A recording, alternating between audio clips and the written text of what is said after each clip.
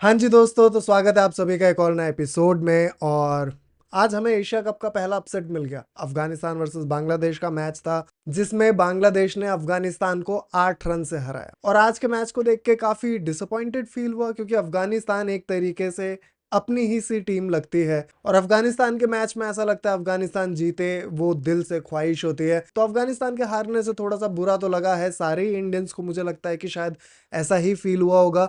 इस टूर्नामेंट के पहले अफगानिस्तान को सेकंड बेस्ट टीम बोल रहे थे एशिया कप की, और अफगानिस्तान उस तरीके से ही खेल रही थी। आज के मैच में भी बांग्लादेश के अगेंस्ट जिस तरीके से बॉलिंग करते हुए अफगानिस्तान ने कमबैक किया, बट बैटिंग करते हुए बहुत सी गलतियां हुई, जिसके ऊपर बात करेंगे। और सेम टाइम पे इंडिया पाकिस्तान का मैच हुआ, और जब हम इस तरीके से बात कर रहे थे कि इंडिया पाकिस्तान का मैच ही नहीं होना चाहिए, तब हम पार्टेड थे। उसके बाद इंडिया की टीम ने हाथ नहीं मिलाया, उसमें भी हम पार्टेड थे। लेकिन पाकिस्तान की तरफ से जिस तरीके से यूनाइटेड होके अपने आप को जलील करने पहुंच रहे, और जिस गंदगी के साथ वो बात कर रहे, इसी के बारे में तो हम बात कर रहे थे कि आप अगर कचड़े को उठा के अपने बराबर खड़ा कर दोगे तो यही होगा। तो इसके बारे में डिटेल से बात करेंगे। तो चलिए वीडियो को शुरू करते हैं। लेकिन उससे पहले आप सभी के लिए दो इम्पॉर्टेंट मैसेज, कि हमारे आसपास बहुत से ऐसे जानवर रहते हैं जिनको हमारी ज़रूरत है। तो अगर वो आपके पास या आपके घर के आसपास आते हैं, तो प्लीज़ उन्हें भगाए नहीं, और हो सके तो उन्हें थोड़ा सा खाना, थोड़ा पानी, थोड़ा प्यार ज़रूर दें। इससे उनकी बहुत हेल्प होती है। और अपने घर के अंदर और बाहर पेड़ ज़रूर लगाएं। तो चलिए वीडियो को शुरू करते हैं। लेकिन उससे पहले प्रथा के अनुसार आप सभी को वीडियो को लाइक करना है, कमेंट करना है, शेयर करना है, और चैनल को सब्सक्राइब ज़रूर करें, और बेल नोटिफिकेशन को ज़रूर दबाएं, ताकि सभी वीडियोस आप तक पहुंचे। तो चलिए इंट्रो के उस पार मिलते हैं। Welcome to the Free Guy Show. The beat drops heavy, the crowd says whoa. Sports in style, yeah, we keeping it pro. No rush, you're here, let the good times glow. From fields to courts where stars collide. तो सबसे पहले India Pakistan पे बात कर लेते हैं, और इसको बात करके ख़त्म करते, क्योंकि इस पे ज़्यादा बात मैं नहीं करूँगा। क्योंकि मैं उन चंद लोगों में से था जो कि चाहता था इंडिया पाकिस्तान का मैच ही ना हो।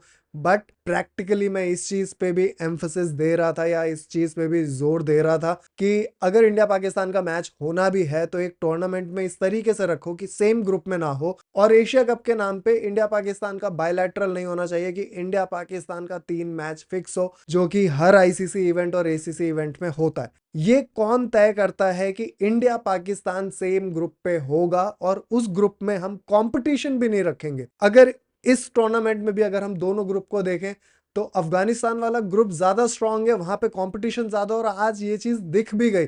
बांग्लादेश मैच जीत चुका है, बांग्लादेश 2 मैच जीत चुका है, रन रेट वहां पे अच्छा नहीं है। श्रीलंका और अफगानिस्तान का मैच बचा है, वो बेसिकली डिसाइड करेगा कि कौन सी टीम आगे जाएगी। श्रीलंका डेफिनेटली आगे जा रही, रन रेट उनका अच्छा है। अफगानिस्तान श्रीलंका को हरा देता है तो अफगानिस्तान वहां पे पहुंचेगा, तब नेट रन रेट पे बात आएगी। बट अगर अफगानिस्तान हार जाता है, तो बांग्लादेश सीधे सीधे क्वालिफाई कर जाएगा सुपर 4 के लिए। तो जो दूसरा ग्रुप है वहां पे ज्यादा कंपटीशन है। इंडिया के ग्रुप में क्या कंपटीशन? इंडिया के ग्रुप में इंडिया है, पाकिस्तान है, यूएई है, और ओमान है शायद से। यहाँ पे कंपटीशन कहाँ है यहाँ पे? और इसी चीज के बारे में मैं बात कर रहा था ना, कि ये जो ऑर्गेनाइजर्स है, ये जो मैच के रोस्टर बनाते हैं, जो शेड्यूल करते हैं मैचेस को, वो जिस तरीके से हमारे इमोशंस को कैश इन करने की कोशिश करते हैं, इंडिया पाकिस्तान का आईसीसी के इवेंट और एसीसी के इवेंट के नाम पे जो बायलैटरल कराने की कोशिश करते हैं, इससे दिक्कत है।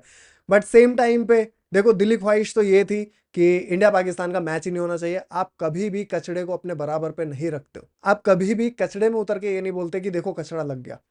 आप कीचड़ में उतरोगे तो आपको कचरा लगेगा ही। वो जो पुरानी कहावत है कि कोयले की खदान में जाओगे या कोयले की कोठरी में जाओगे तो कालिक तो आपको लगेगी, ये बेसिकली वही हो रहा है। अभी पाकिस्तान की तरफ से जिस तरीके से ये बदतमीजी कर रहे हैं, बेगैरती हरकत कर रहे हैं, जिस तरीके से इनके लेजेंड जो हैं, जिनको पता नहीं कौन लेजेंड मान रहा है, क्योंकि इनके स्टैट्स के बारे में कोई बात नहीं करता, इनके लेजेंड्स के बारे में कोई बात नहीं करता। इनके लेजेंड्स बेसिकली, इनके क्रिकेट में भी कोई कंट्रीब्यूशन नहीं है उनका। वो न्यूज़ चैनल्स पे बैठ के जिस तरीके से भौंकते हैं, जिस तरीके से शिट करते हैं बेसिकली अपने मुंह से, वो हम सबको पता है। कि इंजमाम से लेके अभी वो यूसुफ यूहाना आया है, जो कि कन्वर्ट होके मुस्लिम बना है, और बेसिकली एक ऐसी कंट्री में जहाँ पे माइनॉरिटी सेफ नहीं है, वहाँ पे उसने अपनी रोजी रोटी चलती रहे बेसिकली, उस वजह से उसने मुस्लिम होने का डिसीजन लिया, ये मेरा मानना है।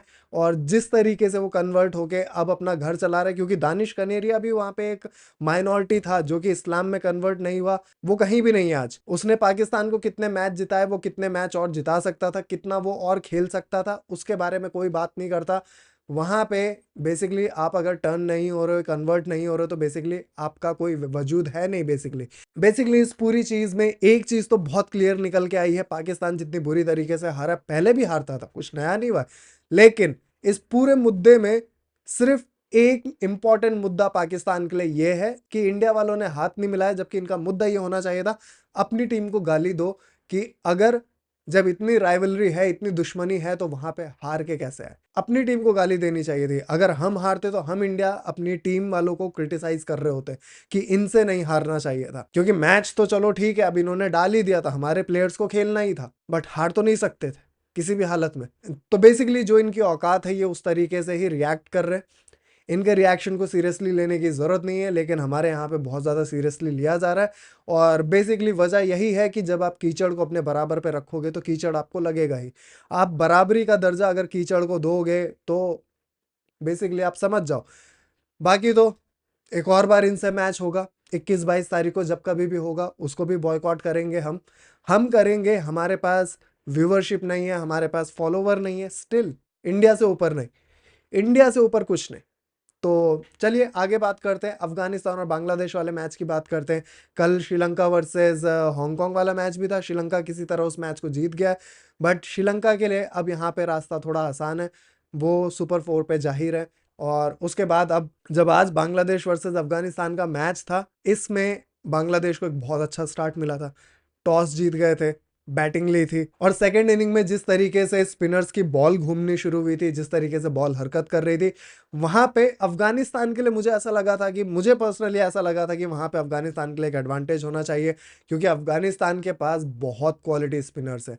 और जिस तरीके से फर्स्ट इनिंग में बांग्लादेश को 60, 68 या 70 रन का एक स्टार्ट मिला था, वहां से जिस तरीके से अफगानिस्तान ने कमबैक किया, लास्ट के 5 ओवर में जिस तरीके से बॉलिंग कराई है, तो वहां पे जिस तरीके से अफगानिस्तान ने बांग्लादेश को 155 पे रिस्ट्रिक्ट किया, इस चीज को अप्रिशिएट करना चाहिए। थोड़ी सी गलतियां हुई, अगर फील्ड में उस गलतियों को अगर सुधारा होता, फील्डिंग थोड़ी और बेटर हुई होती, थोड़ी और फास्ट हुई होती, जो बांग्लादेश डबल्स ले रहे थे वो अगर नहीं दिए होते, इजी डबल्स नहीं दिए होते, तो शायद अफगानिस्तान आज मैच जीत जाता। लेकिन फिर जब बैटिंग की बात आई, अफगानिस्तान जब बैटिंग करने आया, पहली बॉल से अफगानिस्तान पे प्रेशर क्रिएट हो गया, पहली बॉल पे ही अटल आउट हो गया।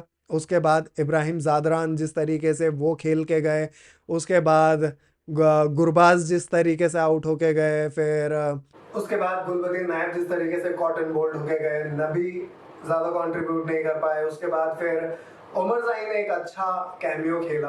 और मुझे इस चीज़ के बारे में ज़रूर बात करनी है कि मैं हमेशा अफगानिस्तान की बैटिंग लाइनअप को देख के ये चीज़ ज़रूर सोचता हूँ कि अफगानिस्तान अपने बैटिंग ऑर्डर को इतना स्टिफ करके आते कि मैच सिचुएशन को देखते हुए भी वो ऊपर नीचे नहीं करते प्लेयर्स को। अजमतुल्ला उमर जाई वो एक अच्छा प्लेयर है, उसने वर्ल्ड वाइड खेल रखा, आईपीएल खेलता आया, टी20 का उसको बहुत अच्छा एक्सपीरियंस है, नंबर 1 ऑलराउंडर था कुछ टाइम पहले तक। उसको ऊपर प्रमोट नहीं किया गया, मोहम्मद नबी से ऊपर किया जाता, उसको ज्यादा बॉलें खेलने को मिलती, उस पर प्रेशर थोड़ा कम होता, पार्टनरशिप वो बेटर कर पाता। उसके बाद राशिद खान को भी ऊपर नहीं भेजा गया। राशिद खान भी आज एक अच्छे टच में दिख रहा था, जिस तरीके से वो नो लुक शॉट मारा था, वो बहुत अच्छा खेल रहा था, वर्ल्ड वाइड खेलता, उसके पास वो एक्सपीरियंस है। और as a captain Rashid Khan को और रिस्पॉन्सिबिलिटी लेने की जरूरत है, ये ऐसा मुझे लगता है। और जिस तरीके से आज अफगानिस्तान ने बैटिंग की, जितने प्रेशर में, जितने टिमिड ढंग से की है, 10 ओवर में 61 रन, 6 ओवर में कुछ 27-28 रन, बहुत ही ऐसा लग रहा था कि सफोकेटेड होके खेल रहे हैं। बांग्लादेश ने बुरी तरीके से चोक करके रखा था पहले 10 ओवर में। अफगानिस्तान को बिल्कुल नहीं समझ में आ रहा था कि वो अपने रन रेट को कैसे बढ़ाए। और जिस तरीके से ये खेल रहे थे, जब मोमेंटम अफगानिस्तान की तरफ गया, तब अफगानिस्तान ने अपने विकेट लूज किए। और बांग्लादेश ने आज बेसिकली अपनी फील्डिंग से 10 से 15 रन बचाए। एक रनआउट जो करीम जन्नत का हुआ था, वो बहुत ही मास्टर क्लास था, वो बहुत ही अच्छा और अप्रिशिएट करने वाला एफर्ट था, जिस तरीके से वो फील्डिंग की गई। और जिस तरीके से अजमतुल्ला उमरजाई ने एक शॉट मारा था, उस शॉट को एक बॉलर है जिसने वर्ल्ड कप में विराट कोहली के साथ बदतमीजी की थी, मतलब बेसिकली वर्बल आर्गुमेंट हुआ था और वो एटीट्यूड दिखाने की कोशिश की थी, उसका मैं भी नाम भूल गया, तस्किन करके कुछ तो नाम है उसका, उसने जिस तरीके से कमाल ढंग से वो चौका रोका था। ये छोटे छोटे एफर्ट्स थे जिसके वजह से आज बांग्लादेश 8 रन से जीता है। और जो रन आउट था वो कमाल का था, और राशिद खान इतना नीचे आता है कि उसको हर बॉल पे बैट घुमाना है, हर बॉल पे उसके पास कोई चांस नहीं है कि वो सिंगल डबल भी ले सके और बेसिकली अपनी इनिंग को अपने हिसाब से चला सके। और अब ये हाई टाइम है कि राशिद खान को खुद को प्रमोट करने की जरूरत है।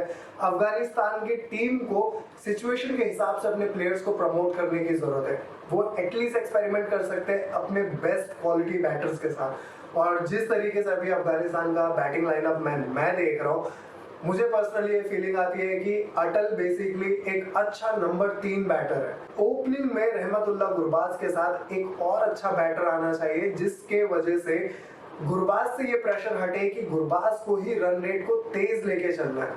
अटल उस तरीके का बैटर है जो कि सेट होके, बेसिकली उसका स्टाइल ऑफ क्रिकेट वो बहुत ही नंबर 3 वाला है, बहुत ही कंसिस्टेंट रिलायबल बैटर बनेगा वो आगे चल के अफगानिस्तान के लिए। आज अनफॉर्चुनेट रहा है कि 0 पे आउट हुआ, पहली बॉल पे आउट हुआ, अदरवाइज अटल से बहुत एक्सपेक्टेशन है मुझे भी, अफगानिस्तान को भी और शायद बहुत से ऐसे लोगों को।